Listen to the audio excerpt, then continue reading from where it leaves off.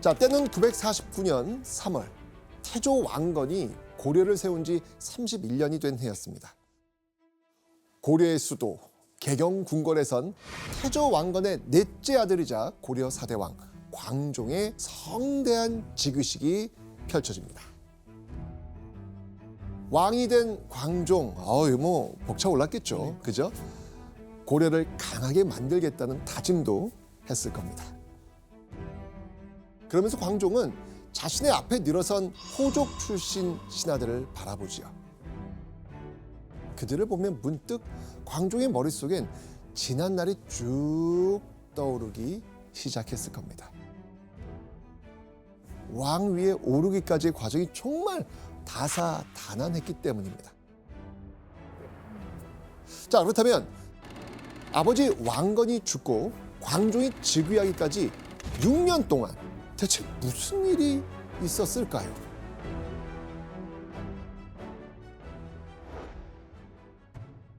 (943년 5월) 고려를 개국한 태조 왕건이 67에 숨을 거둡니다. 그리고 왕건의 뒤를 이은 고려 제2대 왕은 장자 왕무 혜종이었습니다.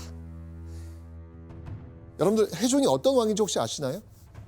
근데 사실 진짜 신기한 거는 네. 왕건도 알고 중간에 뭐 광종도 하고 하는데 어떻게 이렇게 두 번째 왕은 모르는데 아니, 네. 왜냐면 공부할 때도 안 나와요, 아예. 아까 그 외워야 될 왕들이 어떻게 나온다 그랬죠? 일단은 이제 고려에는 딱 그 태조 왕건, 어. 그다음에 업적이 많은 광종, 어허. 그다음에 성종. 네, 딱 시험에 나올 왕만 기억하고 있는 아, 거죠. 그게 순서가 아니었어요? 저 이렇게 순서인 줄 알았어요. 고려는 왕이 세 분이구나.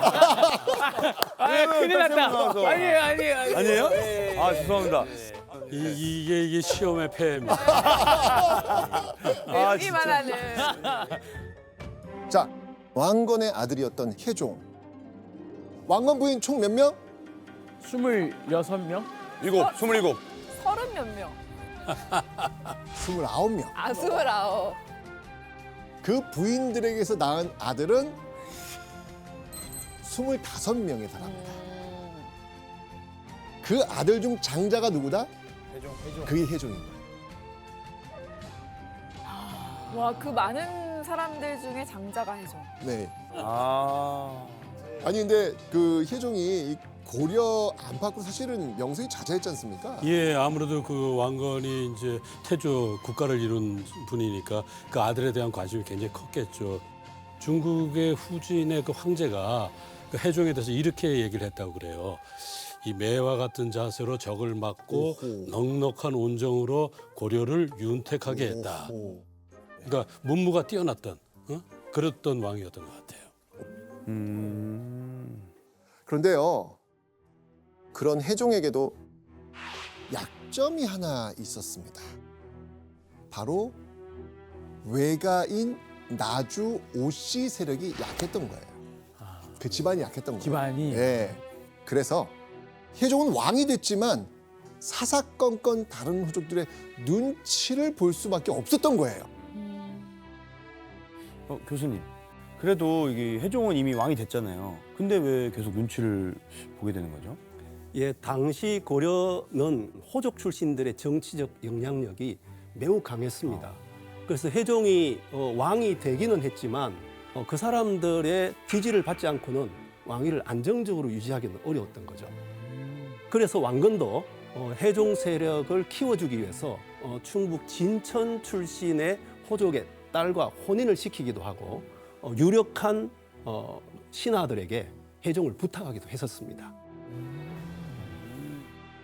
고려 초기 아직은 왕권이라는 게 그렇게 탄탄하지 않았던 시기였지만 혜종은 기세등등한 대호족들 사이에서 어떻게든 이 왕권을 제대로 좀 세워보려고 노력을 합니다. 그런데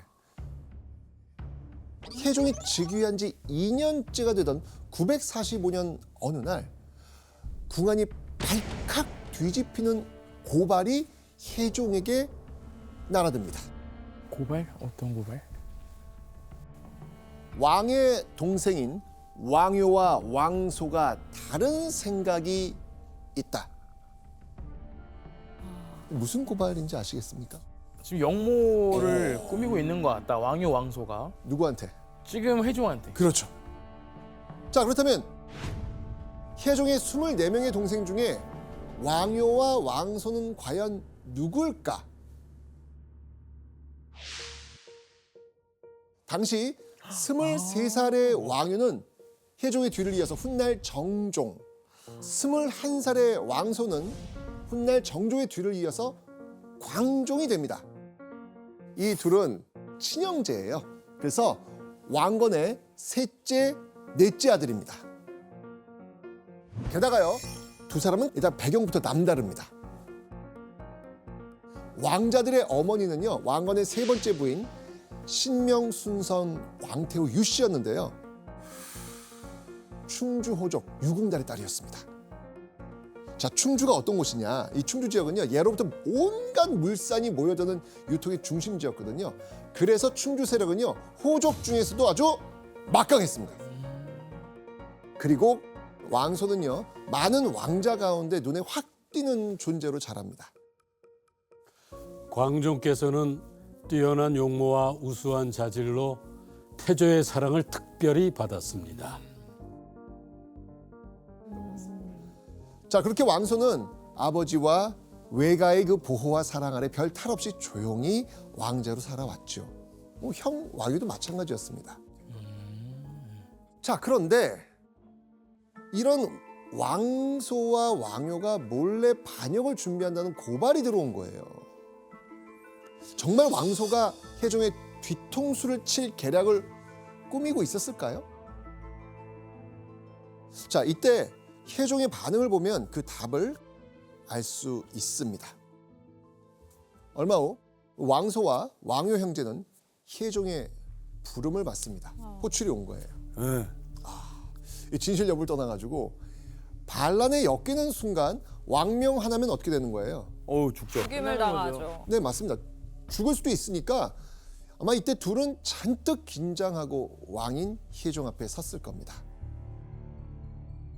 그 순간 왕소의 눈이 휘둥그레집니다. 왜지? 혜종이 너무나도 따뜻하게 놀라지 않았느냐 라고 하면서 다독여 주는 거예요. 오, 진짜 따뜻한 사람이었네요. 야, 이거 수법 아니야? 그건 더 무섭지. 아니 진짜로 정말 다정하게. 뭐지? 그런데 혜종이 왜 이런 다정함을 보였냐면 고발자가 동생들을 모함한다고 생각했기 때문입니다. 왕요, 왕소를 모함한 핵심 인물 왕규.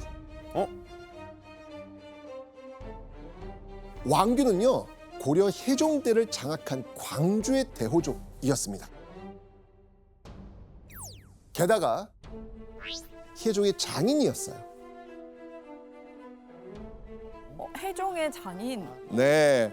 그러니까 혜종을 또 지키기 위해서 그렇잖아요. 유력한 왕자들을 좀 없애고자 예. 그렇게 한 게 아닐까. 자, 과연 그런 의도였을까요? 이혜종 씨가 왕규가 어떤 인물인지 좀 설명 좀 해주시죠. 예, 그 왕규가 그 혜종의 장인이고 그 딸들이 왕건의 부인이기도 했어요. 그러니까 이게 왕건의 15번째, 16번째 부인이 그 왕규의 딸이었고, 그러니까 왕건의 장인이기도 하면서 혜종의 장인이기도 했어요. 그러니까 그 권세가 얼마나 대단했겠어요. 뭐 당대 누구도 범접 못할 위상을 갖추는 그런 호족이었죠. 권력이 센 사람이었죠. 그렇죠. 그런데 아까 지금 이 왕규가 뭐 했어요, 지금? 용모한다고 일렀죠. 네. 여기에는요, 호족 왕규의 숨은 의도가 있습니다. 왜요? 보시죠. 왕규가 광주 원군을 옹립하려고 도모하였다. 왕규가 광주 원군? 이제 그림이 좀 그려지세요? 광주 왕군을 좀 밀고 싶었나 봐요. 그렇죠. 왕규가. 그러니까 자신의 딸이자 왕건의 16번째 왕비인 소광주 원부인이 낳은 외손자 광주 원군을 왕으로 세우려고 계략을 짜고 있었던 거예요. 그러니까 되려 왕규가 반란을 꾸미려고 준비하고 있었던 겁니다.